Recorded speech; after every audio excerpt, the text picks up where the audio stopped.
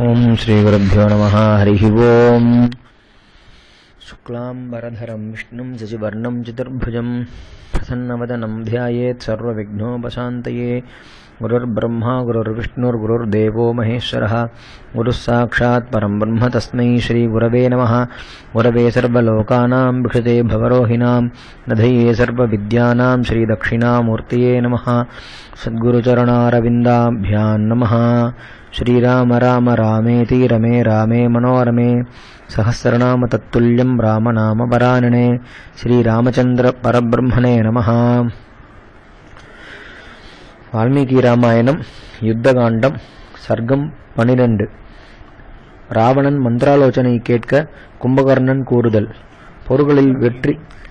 ஊர்களில் வெற்றி அடைபவனான ராவணன் அச்சபையை நன்கு உற்று பார்த்து சேனை தலைவனாகிய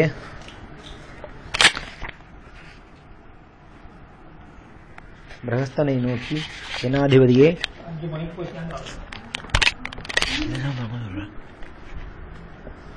நன்றாக தேர்ச்சி அடைந்தவர்களான தேர் வீரர், யானை வீரர், குதிரை வீரர், காலால் வீரர் என்ற 4 வகை வீரர்களையும் முன்னிலும் நன்றாக பார்த்து வரும்படி நியமிப்பாயாக என்று கட்டளையிட்டான்.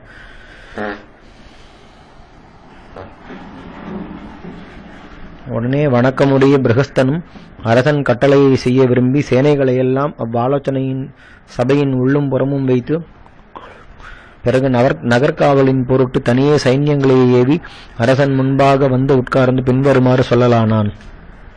வெகுபலம் பொருந்திய தங்கள் சேனையை நகரத்துக்கு வெளியிலும் உள்ளிலும் சரியாக அமைத்து வந்திருக்கின்றேன். ஆகையால் இனி யாதொரு கவலையுமின்றி தங்கள் இஷ்டப்படி என்ன செய்ய வேண்டுமோ அதை செய்யலாம். தங்கள் விருப்பம் நிறைவேறுக என்றான். பிரகஸ்தனுடைய பேச்சை கேட்டு ராஜ்யத்தின் நன்மையே நாடியிருக்கும் ராவணன் சுகப்படுவதிலேயே கருத்து கொண்டவனாய் தனது நண்பர்கள் மத்தியில் இருந்து கொண்டு பின்வருமாறு சொல்லலுற்றான். தர்மம், அர்த்தம், காமம் இவைகளுக்குள் எதை மேற்கொள்ள வேண்டுமென்று சந்தேகம் நிகழும்போது இஷ்டானிஷ்டங்களும் இன்ப துன்பங்களும் லாப நஷ்டங்களும் நன்மை தீமைகளும் உங்களுக்கு நன்றாக தெரியும். அன்றியும் இதுவரையில் நீங்கள் எடுத்த என்னுடைய காரியங்கள் யாவும் வீண் போகாமல் எப்பொழுதும் உங்களுடைய மந்திராலோசனையின் பிரபாவத்திலேயே கூடி வந்திருக்கின்றன. சந்திரன் முதலிய நவகிரகங்களும் நட்சத்திரங்களும் மருத்துக்களும் என்ற இவர்களால் சூழப்பட்ட இந்திரன் விளங்குவது போல் நான் தங்களால் சூழப்பட்டு சம்பத்துடன் விளங்கி வருகிறேன். நானோ உங்கள் எல்லோருடனும் கூடி ஆலோசிக்க எண்ணம் கொண்டிருந்தும் கும்பகர்ணன் தூங்கிக் கொண்டிருந்தபடியால் இதுவரையில் உங்களை இவ்விஷயமாக ஏவவில்லை. ஆயுதங்களை ஏந்தியவர்களில் முக்கியனாகி மகாபலசாலியாகி அந்த கும்பகர்ணன் 6 மாத காலம் தூங்கிவிட்டு இப்பொழுதுதான் எழுந்திருந்தான்.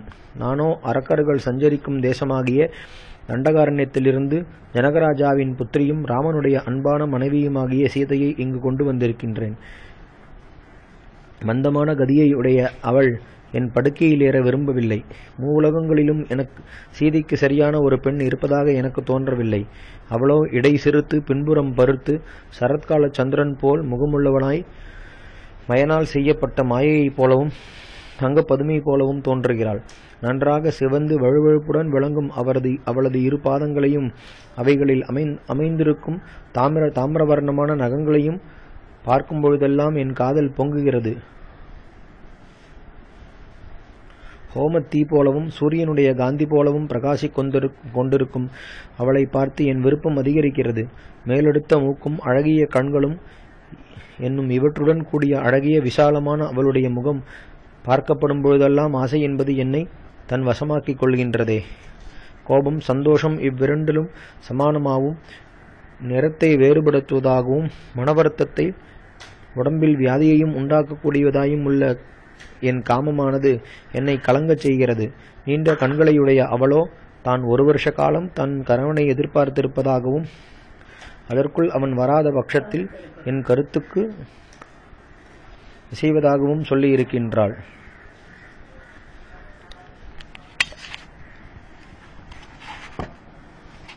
நானும் அப்படியே ஆகட்டும் என்று அந்த கற்றழியினிடமிருந்து ஒப்புக்கொண்டிருக்கிறேன். நானோ வழிநடந்து வந்த குதிரை களைத்திருப்பது போல் எப்போதுமுள்ள காதலால் மெலிந்திருக்கிறேன். பல நீர்வாழ் உயிர்களால் நிரம்பி வேறு கம்பீரமாக விளங்கும் இப்பெரும் சமுத்திரத்தை காட்டில் சஞ்சரிக்கும் குரங்குகள் எவ்வாறு தாண்டும்? தசரதருடைய குமாரர்களாகிய அவ்விருவர்தாம் எவ்வண்ணம் இதனை தாண்டுவார்? ஒரு குரங்கு இச்சமுத்திரத்தை தாண்டி இவ்விடம் வந்து நமக்கு பெருந்தீங்குகளை விளைவித்ததால் காரியத்தின் போக்குகள் அறிந்து கொள்வதற்கு அரியனவாயிருக்கின்றன. ஆகையால் உங்கள் புத்தியில் என்ன தோன்றுகிறதோ அதை வெளியிடுங்கள். மனிதர்களிடமிருந்து எனக்கு பயம் உண்டாகப் போகிறதில்லை. ஆனாலும் சிறிது ஆலோசியுங்கள். முன்பு உங்களுடன் கூடியவனாய் நான் தேவாசுர யுத்தத்தில் வெற்றி அடைந்திருக்கிறேன். இப்பொழுது நீங்கள் எனக்கு துணையாக இருக்கின்றீர்கள். இப்பொழுதோ சீதை இருக்கும் இடத்தை உணர்ந்து அந்த ராஜகுமாரர்கள் இருவரும் சுக்ரீவன் முதலிய வானர வீரர்களை முன்னிட்டு கொண்டு சமுத்திரத்தின் அக்கறையில் வந்திருக்கின்றார்கள். நான் மறுபடி சீதையை திரும்பிக் கொடுக்காமல் இருக்கும்படியும் அவ்விரு ராஜகுமாரரையும் வதை செய்யும்படியும் எவ்விதமாகவாவது ஆலோசிக்க வேண்டுமோ அவ்விதமாக ஆலோசித்து நயமாக சொல்லுங்கள். இவ்வுலகத்தில் ராமனுக்கும்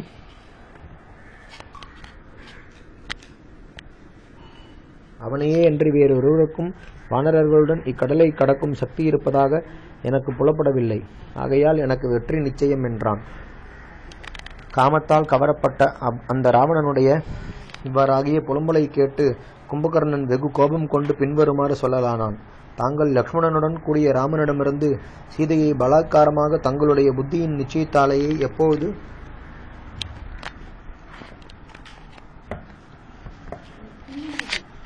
இங்கு எடுத்து வந்தீர்களோ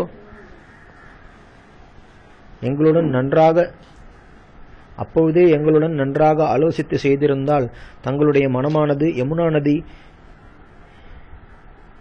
யாமுனு மலையினால் அணை கட்டிருப்பது போல் உறுதியை அடைந்திருக்கும். மகாராஜரே, இவ்வாலோசனைகளெல்லாம் சீதையை கொண்டுவதற்கு முன்னமே தாங்கள் எங்களுடன் ஆலோசித்திருந்திருக்க வேண்டும். அப்போதுதான் சரியாக இருந்திருக்கும். ராவணரே, எவனொருவன் ராஜகாரியங்களை நியாயமாக பார்த்து செய்கின்றானோ அவ்வரசனது புத்தி எல்லாருடைய ஆலோசனையினாலும் ஒருவிதமான நிச்சயத்திற்கு வந்திருக்குமாதலால் அவன் பின்னால் ஒருவகை பரிதாபத்தையும் அடையமாட்டான்.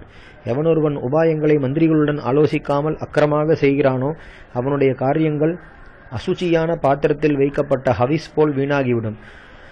எவனொருவன் முன் செய்ய வேண்டிய காரியத்தை பின்னும் பின் செய்ய வேண்டிய காரியத்தை முன்னும் செய்கிறானோ அவன் நீதி அநீதிகளை உணராதவனே.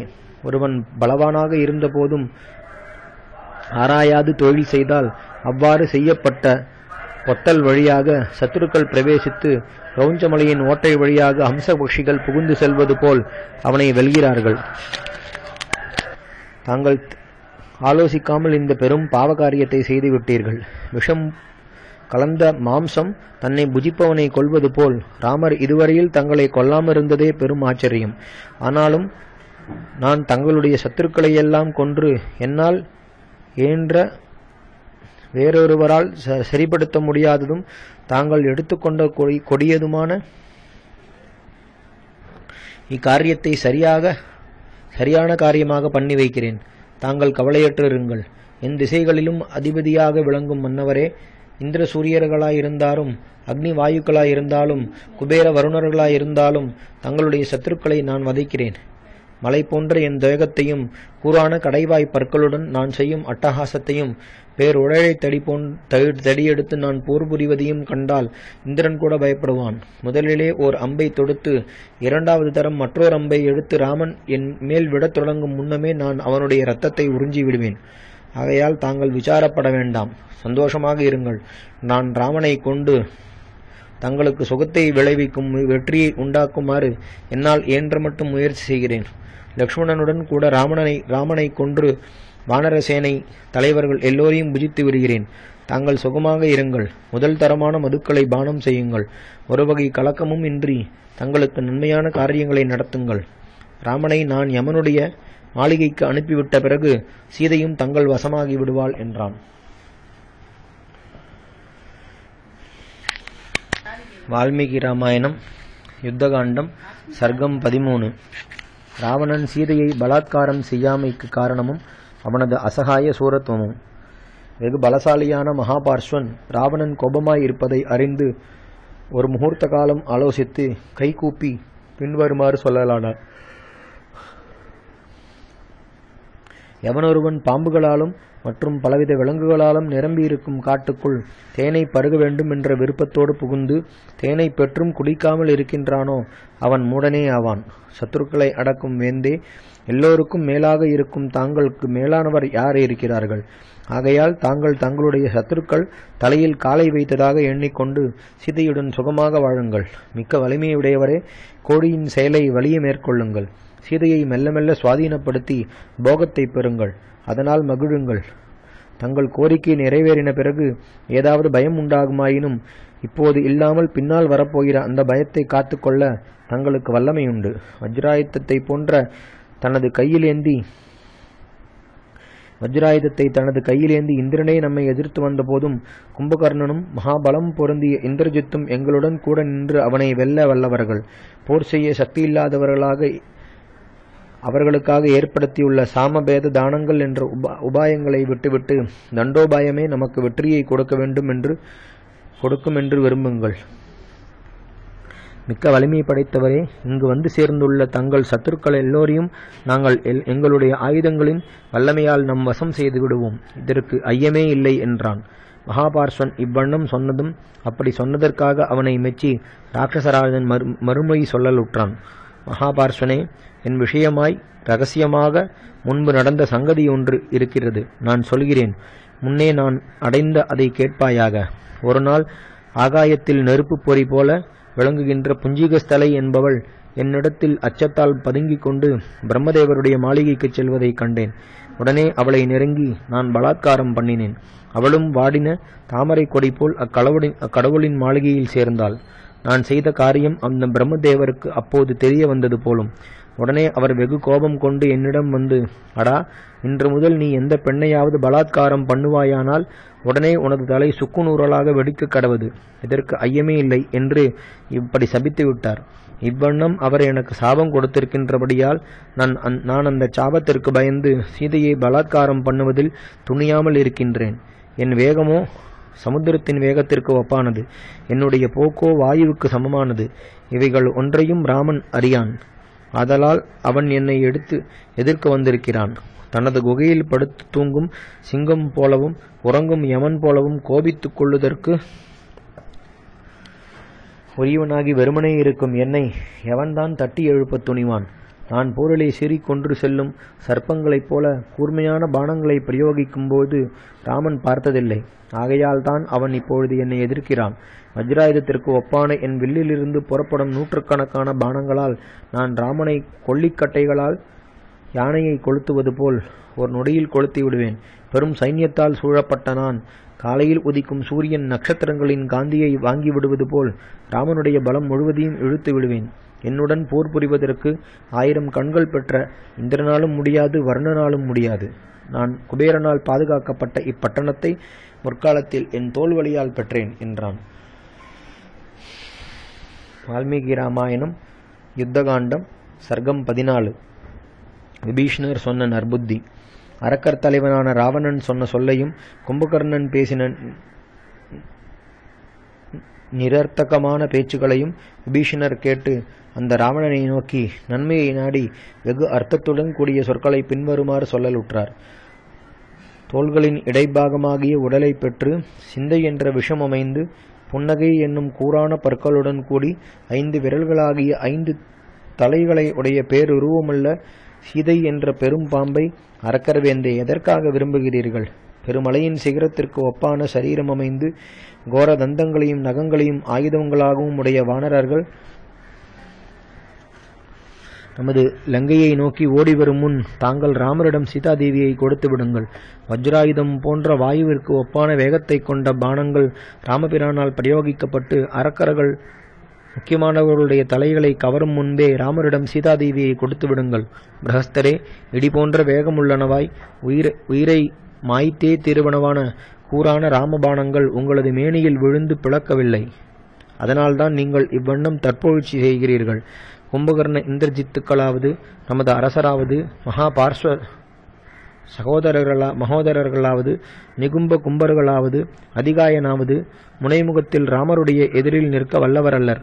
வேந்தே, உம்மை சூரிய பகவானே காப்பாற்றினாலும் மருத்துக்கள் பாதுகாப்பினும் நீங்கள் இந்திரன் மடியின் மேல் உயரி உட்கார்ந்திருந்தாலும் யமனுடைய சம்ரக்ஷணத்தில் இருந்தாலும் ஆகாயத்தில் பறந்தாலும் பாதாளத்தில் புகுந்து விட்டாலும் உங்களை ராமர் உயிருடன் பிழைத்திருக்க விடமாட்டார் என்றார். இவ்வாறு விபீஷணர் சொன்னதை பிருகஸ்தன் கேட்டு, தேவர்களிடமிருந்தாவது அசுரர்களிடமிருந்தாவது நமக்கு பயம் என்பது உண்டாக மாட்டாது. யக்ஷர், கந்தர்வர், உரகர், கருடர் என்ற இவர்களிடமிருந்தும் போரில் நமக்கு பயம் உண்டாகவில்லை. ஆகையால் மானுட அரசனுடைய குமாரனாகிய ராவணனிடமிருந்து நமக்கு எவ்வண்ணம் பயம் உண்டாகும் என்றான். இவ்விதமாய் ராவணனுடைய நாசத்திற்கே காரணமாக பிரகஸ்தன் சொன்ன சொல்லை கேட்டு விபீஷணர் தமது தமையனுடைய நன்மையே நாடி மகாத்மாவாகையாலும் தர்மம், அர்த்தம், காமம் இவைகளை தனது புத்தியால் நன்றாக ஆராய்ந்து அறிந்தவராகையாலும் பின்வருமாறு மறுபடியும் சொல்ல நாடார். அதர்மத்தில் புத்தி வைத்தவனின் சொர்க்கத்தின் வழியை அடையமாட்டாதவன் போல பிரகஸ்தரே, வேந்தரும் மகோதரரும் நீங்களும் கும்பகர்ணனும் ராமனை பற்றி எவ்வாறு சொல்லுகின்றீர்களோ அவ்வாறு செய்தல் முடியாது. ஓடமில்லாதவனால் எவ்வாறு சமுத்திரத்தை கடக்க முடியாதோ அவ்வாறே பிரகஸ்தரே, என்னாலும் உம்மாலும் ஒருங்கு திரண்ட எல்லா அரக்கர்களாலும் காரியத்தை நிறைவேற்றுவதில் வல்லரான ராமரை கொள்வதென்பது ஒருபொழுதும் முடியாது. தர்மத்தையே பிரதானமாக கொண்டவராய் மகாரதர் என்ற பட்டம் பெற்றவராய் இக்ஷ்வாகு குல வம்சத்தில் பிறந்தவராய் வல்லமையால் விளங்கும் ராமரது தொழில் திறமையைக் கண்டு தேவர்களும் தயங்கி நின்றார்கள். பிரகஸ்தரே, கொஞ்சம் நுனி வளைந்து கிட்டுதற்கு அரியனவாய் வெகுகூறாக இருக்கும் கடுகின் இறகு கட்டியுள்ள அவரது பானங்கள் அவரால் பிரயோகிக்கப்பட்டு உமது சரீரத்தை இன்னும் தொலைக்கவில்லை. ஆகையால் நீங்கள் இவ்வாறு தற்புரட்சி பேசுகிறீர்கள். ராவணனாலும் வெகு பலம் பொருந்திய திரிசீர்ஷனாலும் கும்பகர்ணனாலும் அவர் குமாரனாகிய நிகும்பனாலும் இந்திரஜித்தாலும் இந்திரனுக்கு ஒப்பான ராமர் முன் தேரில் நின்று எதிர்க்க முடியாது. போரில் ராகவரது முன்னே நிற்க தேவாந்தகன், நராந்தகன், அதிரதனாய் பருத்த உடலையுடைய அதிகாயன், மலைக்கு ஒப்பான பலமுள்ள அகம்பனன் என்ற இவர்களாலும் முடியாது. நண்பர்கள் போல் வேஷம் மாத்திரம் உடையவர்களாகிய நீங்கள் இயல்பாகவே கொடியவர்களாய் ஆராயாது தொழில் செய்பவராகிய இந்த அரசரை व्यसனத்தில் மூழ்குவித்து அரக்கர்கள் எல்லோரும் ஒரு சேர ஆளும்படி அனுசரிக்கிறீர்கள். பெரிய உடலையும் 1000 தலைகளையும் உடைய மகாபலம் பொருந்திய பயங்கரமான ராமரிடத்து பகை என்ற பெரும் சர்ப்பத்தால் வெகு பலமாக கட்டப்பட்டிருக்கும் நமது இவ்வரசரை நீங்கள் அக்கட்டினிருந்து விடுவிக்க வேண்டும். நமது வேந்தரிடமிருந்து எல்லா பாக்கியங்களையும் பெற்றிருக்கும் நண்பர்களான நீங்கள் அனைவரும் இக்காலத்தில் ஒன்று சேர்ந்து கொடிய வலிமை கொண்ட பூதம் ஒன்றால் பீடிக்கப்பட்டவனைப் போல சத்துருக்களின் கையில் வலிய பிடிபடும் வரையில் நமது அரசரை காப்பாற்ற வேண்டாமா? கொல்லும் தன்மையுள்ள லக்ஷ்மணர் என்ற சமுத்திரத்தில் மறைந்திருக்கின்ற ராமராகிய வடவாக்னியின் வாயில் விழ இருக்கின்ற அந்த ராவணரை நீங்கள் எல்லோரும் ஒன்று சேர்ந்து வலிய தப்புவித்தல் தகுதி. நாம் அந்த மானுட வேண்டரிடம் அவர் மனைவியை கொண்டு போய் கொடுத்து விடுவோம். இதுவே இந்நகரத்திற்கும் இதில் வாழ்கின்ற எல்லா அரக்கர்களுக்கும் நமது அரசருக்கும் அவரது நண்பர்களுக்கும் க்ஷேமத்தை தரக்கூடியது. இவ்வாறு என் மனதில் இருப்பதை நான் ஒழியாமல் வெளியிடுகிறேன். எவனொருவன் பகைவருடைய பலம், இடம், சக்தி, சித்தி, தன்னுடையவற்றால் ஒத்திருத்தல், குறைந்திருத்தல், மிக்கியிருத்தல் என்ற இவைகளையெல்லாம் நன்றாக ஆலோசித்து தனது எஜமானது நன்மைக்கு குறைவு வராமல் சொல்லுகிறானோ அவன்தான் மந்திரியாவான் என்றார்.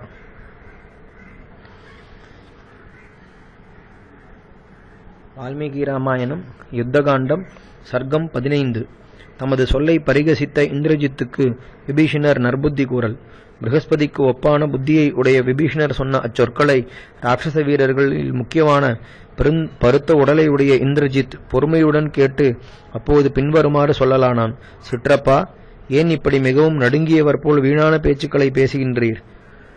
இக்குளத்தில் பிறவாதவன் கூட இவ்வண்ணம் பேச மாட்டான். இந்த வசனத்தை அனுஷ்டானத்தில் கொண்டு வரவும் மாட்டான். பலம், மகிமை, முயற்சி, சௌரியம், தைரியம், பிறரை அடக்கும் வல்லமை இவைகள் ஒன்றுமில்லாமல் இக்குளத்தில் பிறந்திருப்பவரில் ஒருவர் என் சிற்றப்பனாகிய இந்த விபீஷணர். அந்த ராஜகுமாரரில் இருவரோ மிகவும் வலியற்றவர். அரக்கர்களுக்குள் வெகு சாதாரணமான ஒருவன் அவர்களை எளிதாக கொள்ளலாம். அப்படி இருக்க பயந்தவரே, நீங்கள் ஏன் பயப்படுகிறீர்கள்? மூவுலகிற்கும் எஜமானனான தேவேந்திரனை அல்லவோ நான் சிறையாக பிடித்து உலகத்திற்கு கொண்டு வந்தேன். அதைக் கண்டு எல்லா தேவர்களும் நடுநடுங்கி பல திசைகளில் ஓடினார்கள். நான் ஓவென்று கதறின ஐராவதத்தின் தந்தங்களை வலிய பிடித்து அதனை இந்த பூலோகத்தில் தள்ளவில்லையா? அதைக் கண்டு எல்லா தேவகணங்களும் நடுங்கி நின்றார்களே. இவ்வண்ணம் நான் தேவர்களின் செருக்கையும் குறைத்திருக்கின்றேனே. அசுரர்களுக்குள் முக்கியமானவர்களுக்கெல்லாம் துக்கத்தை விளைவித்திருக்கிறேன். அவ்வாறு செய்த மிக்க வலிமையுடைய நான் சாதாரண மானிடர்களாயிருக்கும் ராஜகுமாரர்களாகிய அவ்விருவரை அடக்க எவ்வாறு வல்லமையுடையவனாக மாட்டேன் என்றான். ஒருவராலும் தகைய முடியாதவனும் இந்திரனுக்கு ஒப்பானவனும் வெகு பராக்கிரமமுள்ளவனுமான இந்திரஜித் இவ்விதமான சொன்ன சொற்களை ஆயுதம் ஏந்தியவர்களுக்குள் வெகு உத்தமரான விபீஷணர் கேட்டு உடனே அர்த்த கௌரவமுள்ள சொற்களை சொல்லலுற்றார். குழந்தாய், நீ இன்னும் சிறியவனே. உனக்கு புத்தி நன்றாக உதிக்கவில்லை. ஆகையால் ஆலோசிக்கும்படியான சக்தி உனக்கு வரவில்லை. அதனால்தான் நீ உன்னையே நாசம் பண்ணிக் கொள்ளும்படி அர்த்தமில்லாத பல வார்த்தைகளை பேசுகிறாய்.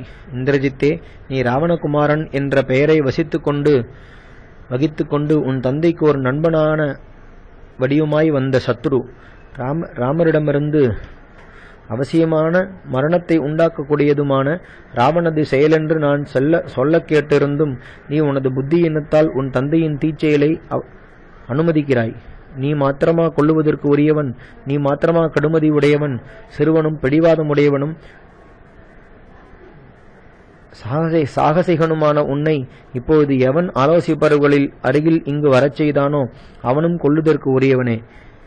நீயோ விவேக சூனியன், எல்லாம் அறிந்தவன் என்ற கர்வம் கொண்டவன், வணக்கமற்றவன், கொடும் தன்மையுள்ளவன், அற்ப புத்தியுள்ளவன், துஷ்டன், மூர்கன், எப்போதும் கெடுதலிலேயே அறிவை செலுத்துபவன். ஆகையால் இந்திரஜித்தே, நீ சிறுபிள்ளைத்தனமாய் இவ்வண்ணம் சொல்லுகிறாய். பிரம்மதண்டம் போல் பிரகாசித்துக் கொண்டு மிக்க ஜுவாலையை பெற்று யமதண்டத்திற்கு சமானமாக சமீபத்தில் இனி வரும் ராமபாணங்களை போரில் யாரால் சகிக்க முடியும்? ஓ மன்னவரே, தனங்கள், ரத்னங்கள், ஆபரணங்கள், திவ்யமான வஸ்திரங்கள், விசித்திரமான மாணிக்கங்கள் என்ற இவைகளுடன் தேவியாகிய சீதையையும் ராமரிடம் கொண்டு போய் கொடுத்துவிட்டு இனி நாம் இங்கு ஒரு துயரமும் இன்றி சுகமாக வசிப்போம் என்றார். வால்மீகி ராமாயணம் யுத்தகாண்டம் சர்க்கம் 16. விபீஷணர் ராவணனை விட்டு எழுதல். செவிக்கு இனியதும் நன்மையை நாடினதுமான வார்த்தையை விபீஷணர் சொல்ல ராவணன் காலத்தினால் ஏவப்பட்டவனாய் அவரை நோக்கி கடுமையாக சில சொற்களை கூறலானான். சத்ருவோடும் கோபித்திருக்கின்ற பாம்போடும் வசித்தாலும் வசிக்கலாம். நண்பன் போல தோன்றி சத்ருவனிடத்தில் பக்ஷபாதகம் உடையவனுடன் வசிக்கவே கூடாது. அடே அரக்கா, உலகம் முழுவதும் பங்காளி காய்ச்சல் என்று சொல்லப்படுவதை நான் நன்றாக அறிவேன். தாயாதிகள் என்பவர்கள் எப்போதும் தங்களுடைய தாயாதிகளுக்கு சங்கடம் உண்டாகும்படியே கழிக்கிறார்கள். தமது குடியில் முக்கியமானவனாகவும் படித்தவனாகவும் காரியங்களை தவறாது செய்து முடிப்பவனாகவும் தர்மங்களை ஆராய்பவனாகவும் சூரனாகவும் எவன் இருக்கிறானோ அவனை தயாதிகள் லட்சியம் பண்ணாமல் நடக்கிறார்கள். சமயம் நேரும்போது அவமானமும் செய்கிறார்கள். தங்கள் மனதில் தீமையை வைத்துக்கொண்டு வெளிக்கு மட்டும் எப்போதும் நண்பர்கள் போல் நடித்து வந்து கொடிய செயல்களையே செய்யும் பங்காளிகள் சமயம் நேரும்போது துரோகத்தையே பண்ணிவிடுகிறார்கள். ஆகையால் அவர்கள் எப்போதும் பயத்தை தோற்றுவிப்பவர்களே. ஒரு காலத்தில் பத்மவனம் என்ற காட்டில் யானைகளை பிடிக்க கையும் கயிறுமாக சில ஆட்கள் வந்தபோது அவர்களை பார்த்ததும் அக்காட்டு யானைகள் பாடிய பாட்டுகளை நான் சொல்லுகிறேன், நீ காது கொடுத்து கேள். தீயும் பாசாயுதங்களும் வேறு ஆயுதங்களும் ஆகிய இவற்றால் நமக்கு ஒருபொழுதும் பயம் உண்டாகாது. தங்கள் காரியத்தையே பெரிதாக கொண்ட கொடிய காட்டானைகளாகிய நமக்கு தாயாதிகளே அச்சத்தை உண்டாக்குகின்றன.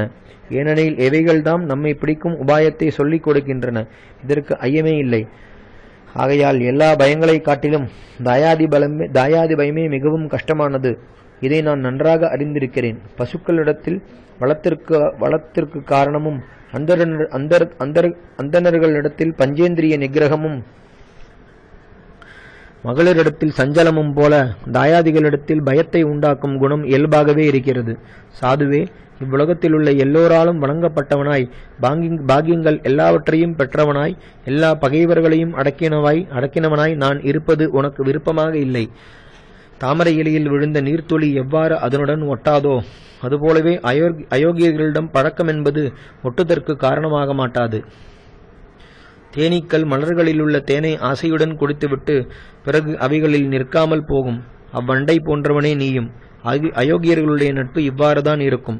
எப்படி யானையானது ஸ்நானம் செய்துவிட்டு பிறகு தன் துதிக்கையால் மண்ணை வாரி தன் தலையில் போட்டுக் கொள்கிறதோ அப்படித்தான் அயோக்கியர்களுடைய நட்பும். சரத்காலத்து மேகங்கள் கர்ஜித்து மழை பொழிந்தாலும் அதனால் முன்னமே ஈரமாயிருக்கின்ற நிலத்துக்கு யாதொரு பயனும் உண்டாகாதவாறு அயோக்கியர்களுடைய நட்பால் யாதொரு பயனும் இல்லை. அடே அரக்கா, வேறொருவன் இவ்வண்ணம் வார்த்தை சொல்லியிருப்பானேயானால் அவன் அந்நிமிஷத்திலேயே நாசமாயிருப்பான். நீ கெட்டாய், நீ குலத்தை கெடுப்பவன் என்றான். இவ்வாறு ராவணன் கடுமையாக சொல்ல எப்பொழுதும் நியாயத்தையே எடுத்து பேசும் தன்மையுள்ள விபீஷணர் தமது கதாயுதத்தை கையில் எடுத்துக்கொண்டு தம்மை சேர்ந்த 4 அரக்கர்களுடன் உயர எழுந்தார். அவ்வாறு ஆகாசத்தில் கிளம்பி நின்ற சீமானான விபீஷணர் கோபம் கொண்டவராகி தமது தமையனான ராவணனை நோக்கி சொல்லலானார். வேந்தே, தாங்கள் என் தமையனாராக இருக்கிறீர்கள். ஆகையால் உங்கள் மனத்திற்கு தோன்றியபடி நீங்கள் என்னை பற்றி என்னென்ன சொல்ல வேண்டுமோ அவைகளை சொல்லுங்கள். தமையனார் மரியாதை செய்யத்தக்கவர், தந்தைக்கு சமமானவர்கள். ஆனாலும் தாங்கள் தர்மத்தின் வழியில் நிற்கவில்லை. இப்போது தாங்கள் என்னை நோக்கி கடிந்து கூறிய சொற்கள் அவ்வளவும் பொய். அவைகள் என்னால் சகிக்க முடியவில்லை. 10 முகங்கள் பெற்றவரே, தங்கள் நன்மையை நாடி நான் நீதிகளை எடுத்துச் சொன்னேன். நல்லறிவில்லாதவர்கள் காலத்தின் கொடுமையினால் சிக்கிக்கொண்டு தங்களுடைய நன்மைக்காக சொல்லப்படுகின்ற இதங்களை ஏற்றுக்கொள்ளவே மாட்டார்கள். அரசரே, எப்பொழுதும் இனிமையாக பேசும் குணமுள்ளவர்கள் இவ்வுலகத்தில் எங்கும் கிடைப்பார்கள். கேட்பதற்கு இனிமையிராத நன்மை தரக்கூடியதை எடுத்து சொல்பவன் அரியவன். அப்படி சொல்வதை கேட்பவனும் அரியவனே.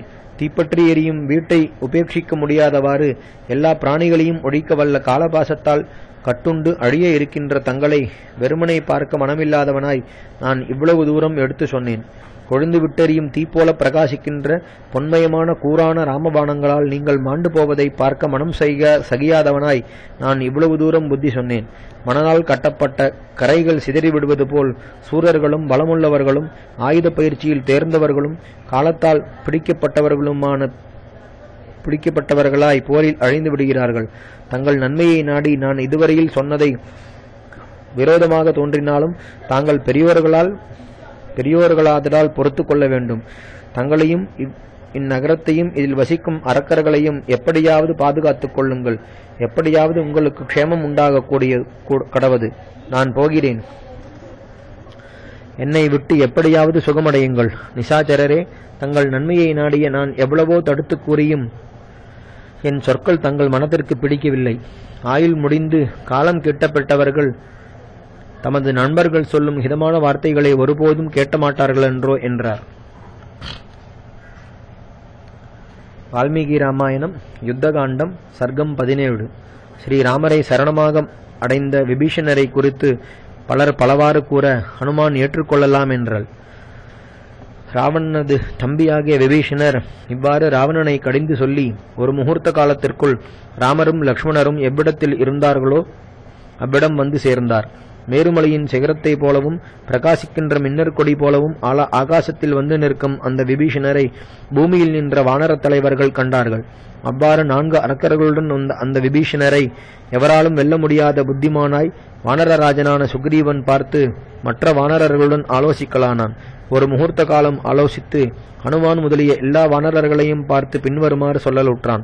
பல ஆயுதங்களை ஏந்திக் கொண்டு இவ்வரக்கன் தனக்கு துணைவராக 4 அரக்கர்களுடன் நம்மை கொல்ல என்றே வருகிறான். நீங்கள் பாருங்கள், ஐயமே இல்லை என்று மிகவும் சிறந்த இவ்வார்த்தையை சொன்னான். அந்த சுக்ரீவனுடைய வார்த்தையை வானர முக்கியர்கள் எல்லோரும் கேட்டு ஆச்சாமரங்களையும் மலைகளையும் தூக்கிக் கொண்டு பின்வருமாறு சொல்லலுற்றார்கள். வேந்தே, இப்பாதகர்களை வதை செய்யுமாறு எங்களுக்கு விரைவாக கட்டளையிடுங்கள். அற்ப பலமுள்ள இவ்வரக்கர்கள் எங்களால் கொல்லப்பட்டு பூமியில் விழட்டும் என்று இவ்வாறு உரைத்தார்கள். இவர்கள் இவ்வாறு ஒருவருடன் ஒருவர் பேசிக் கொண்டிருக்கும் போதே விபீஷணர் சமுத்திரத்தின் வடகரையை சேர்ந்து ஆகாசத்தில் இருப்பவராகவே நிற்கலானார். அன்றியும் பேரறிவினரான மகானான அவர் ஆகாசத்தில் இருந்து கொண்டே சுக்ரீவனையும் வானர்களையும் நோக்கி பெருங்குரலால் பின்வருமாறு சொல்லலுற்றார். ஐயா, அரக்கர் வேந்தனாய் அரக்கனுடன் கொடிய நடத்தியுள்ளவனுமாய் ராவணன் என்ற பிரசித்தி பெற்ற ஒருவன் இருக்கின்றான். அவனுக்கு பின் பிறந்த சகோதரன் நான். விபீஷணன் என்னும் பெயரை உடையவன். அவ்விராவணன் ஜடாயுஸ் என்பவரை கொன்று ஜனஸ்தானத்திலிருந்து சீதையை எடுத்து போய் அசோகவனிகையிலே மூச்சும் விட ஒண்ணாதபடி சிறைப்படுத்தி பரவசையாய் எளியவளாய் இருக்குமாறு வைத்திருக்கிறான்.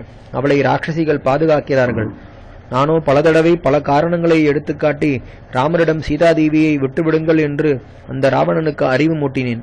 ஆயுள் முடிந்தவன் மருந்து என்பதை ஒப்புக்கொள்ளாதவாறு நான் சொன்ன நன்மையான வாக்கியங்களை தமது பொல்லாத காலத்தால் ஏவப்பட்டு அந்த ராவணன் ஒப்புக்கொள்ளவில்லை.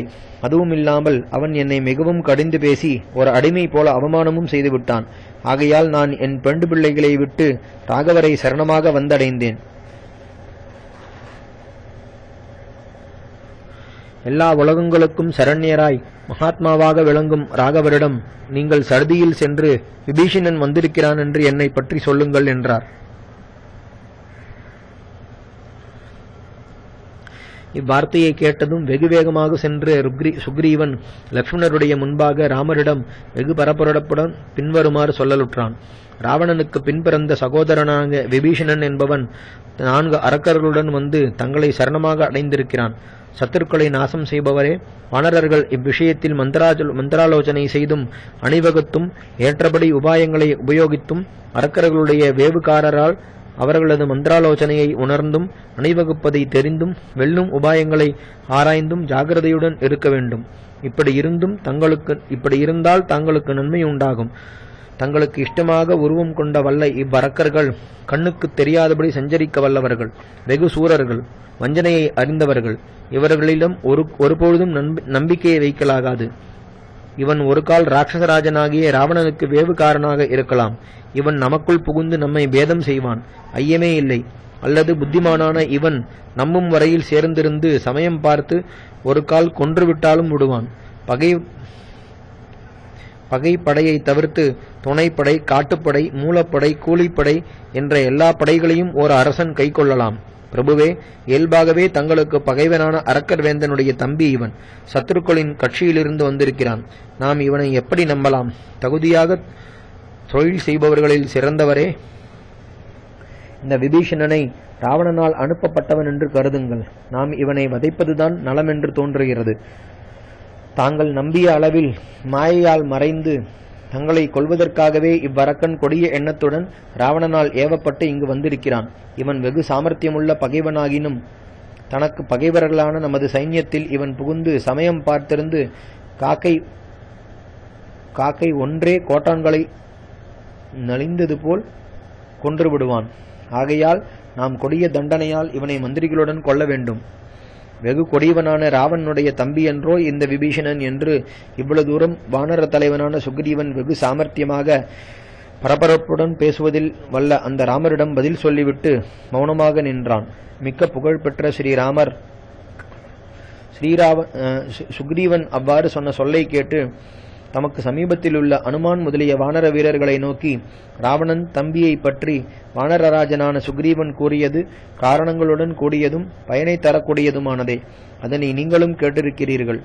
புத்திமான்களாயும் வல்லவர்களாயும் நண்பனுக்கு அடிவற்ற பொருளை தேடிக் கொடுக்கிறதுமாகிய நண்பர்கள் நிர்ணயிப்பதற்கு அரிய காலத்தில் உபதேசித்தல் தகுதியுடையதேயாகும் என்று சொல்லினார்.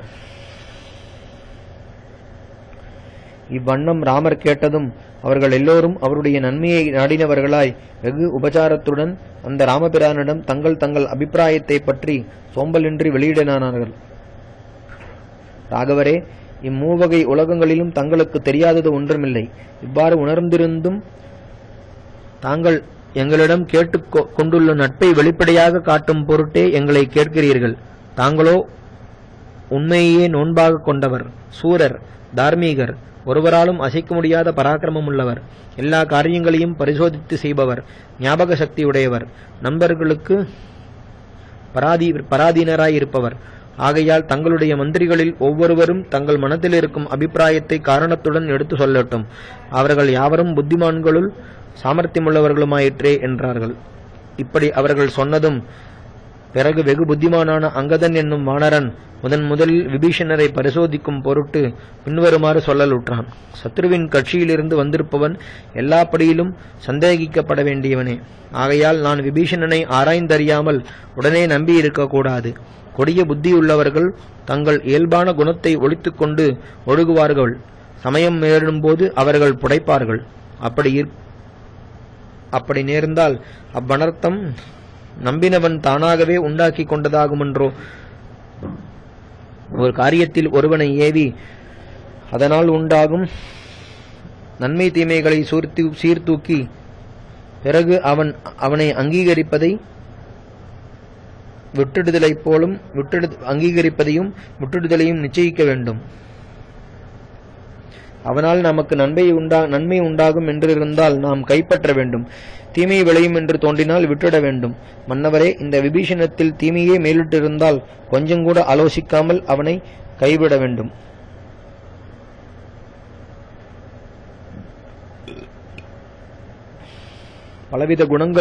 பலவித குணங்கள் இருப்பது புலப்பட்டால் அவனை சேர்த்துக் கொள்ளுங்கள் என்றான். அதன் பிறகு சரபன் என்பவன் தான் தனது மனத்தில் செய்ய வேண்டியதை பற்றி நிச்சயித்துக் கொண்டு, புருஷ சிங்கமே, தாங்கள் ஒரு ஒற்றனை இந்த க்ஷணமே இந்த விபீஷணிடம் அனுப்புக. நுண்ணறிவை உடைய ஒற்றன் இவனை நண்பல் போல் கலந்து பரிசோதிக்க வேண்டிய வழியாக பரிசோதித்து பார்க்கட்டும். அதன் பிறகு நாம் நியாயப்படி அங்கீகரிக்கலாம் என்றான். பிறகு சமர்த்தனான ஜாம்பவான் நம்முடன் தீராப்பகை கொண்டவனாய் பாவியான அரக்கர் தலைவனிடமிருந்து இந்த விபீஷன் காலமில்லாத காலத்தில் இடமில்லாத இடத்தில் வந்து சேர்ந்திருக்கிறான். ஆகையால் நாம் இவனை பற்றி எப்படியும் சந்தேகப்பட வேண்டியதுதான் என்று தான் சாஸ்திரங்களின் வழியாய் அறிந்தபடி ஒருவித வழுவுமின்றி யுக்தியாக எடுத்துரைத்தார். பின்னர் நியாயம் அநியாயம் இவைகளை நன்றாக அறிந்தவனான மைந்தன் என்பவன் வெகு சாமர்த்தியமாக பேசுவதில் வல்லவனாகையால், வேந்தரே, முதலில் தாங்கள் மதுரமான வாக்கால் ராவணன் நம் விஷயத்தில் என்ன சொல்லுகிறான் என்று இந்த விபீஷணனை மெல்ல வினவி அவனுடைய அபிப்பிராயத்தை உள்ளபடி அறிந்து இவன் துஷ்டன் அல்லது நல்லவன் என்பதை அறுதியிட்டு தங்கள் புத்தியில் தோன்றும் வண்ணம் தாங்கள் நடத்தலாம் என்று காரணத்துடன் எடுத்துரைத்தான். அப்பால் மந்திரிகளுக்குள் உத்தமனும் சாஸ்திரங்கள் பலவற்றை ஆராய்ந்து அறிந்தவனுமான அனுமான் பொருத்தமான பேச்சுக்களால் சுருக்கமாகவும் இனிமையாகவும் பின்வருமாறு சொல்லத் தொடங்கினான். ப்ரஹஸ்பதியே பேசின போதும் வல்லமையுள்ளவரும் உயர்ந்த புத்தியை உடைந்தவருமான பேசும் திறமை புரிந்தவருமான தங்களை விட மேம்பட்டவர் அல்லர். நான் இப்போது பேசத் துணிவது பேசும் திறமையை காட்டவல்ல, நமது முன்னிலையில் வேறு சிலர் பேசுவது ஏன் என்ற பொறாமையால் அன்று, எனக்கு ஒரு மேன்மை உண்டாக வேண்டும் என்று அன்று, வந்திருப்பவர்களுடைய நேசத்தால் அன்று. ராமரே, தாங்கள் என்னிடத்தில் விசுவாசம் வைத்திருப்பதனால் உண்மையை சொல்லுகிறேன். விபீஷணருடைய குணதோஷங்களை அறுதியிடுமாறு மந்திரிமார் சொன்ன உபாயங்களால் குற்றம் தோன்றுகிறது. பரீட்சித்து அறிதல் இப்போது முடியாததென்றோ? நாம் வந்தவனை ராஜகாரியம் ஒன்றில் ஏவாத வரையில் எப்படி அவன் குணத்தை அறிய முடியும்? திடீரென்று ஓர் ராஜகாரியத்தில் அவனை ஏவுவதும் பிசகென்று எனக்கு தோன்றுகிறது. ஒரு ஒற்றனை அனுப்பி பரிசோதித்தல் தகுதி என்று தங்களுடைய மந்திரிமார் சொன்னதும் நமது கண்ணெதிரில் நிற்கும் விபீஷணர் விஷயத்தில் முடியாது. ஏனெனில் ஒற்றர்கள் தூரத்தில் இருப்பவர்கள் நன்மை தீமைகளை தாம் மறைந்திருத்தல் முதலிய செய்கையால் உணர்வார்கள் என்றோ? விபீஷணர் காலமில்லாத காலத்தில் இடமில்லாத இடத்தில் வந்தார் என்ற விஷயத்தில் இதுதான் காலம் இதுதான் இடம் என்று உண்மையாக என் புத்தியால் சொல்ல வேண்டும் என்றே தோன்றுகிறது. அதை காரணத்துடன் சொல்லுவேன், கேளுங்கள். அதமனான ராவணனோடு உத்தம புருஷரான தங்களை மனதால் நினைத்து பார்த்து அவ்வாறே உங்கள் இருவரிடம் உள்ள குணதோஷங்களையும் எண்ணி பார்த்து ராவணனுடைய தோஷங்களையும் தங்களிடம் இருக்கும் பராக்கிரமங்களையும் நன்றாய் ஆலோசித்து தங்களை அடைவதுதான் நல்லதென்று தமது புத்தியில் நிச்சயமாக தோன்றியவுடன் அவர் வந்திருத்தல் தக்கதேயாகும். வேந்தரே, அவருக்கு தெரியாமல் அவருடன் பேசி அவர் அபிப்பிராயத்தை அறிய வேண்டுமென்று சொல்லியதில் நன்றாய் ஆராய்ந்து கூறிய யுக்தி ஒன்றையும் காணோம்.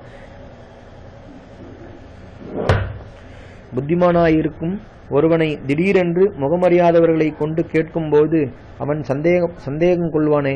அப்போது நம்பிக்கையுடனே வந்த சிநேகிதனும் கபடமாக கேட்கப்பட்டபடியால் மாறாய் விடுவான்.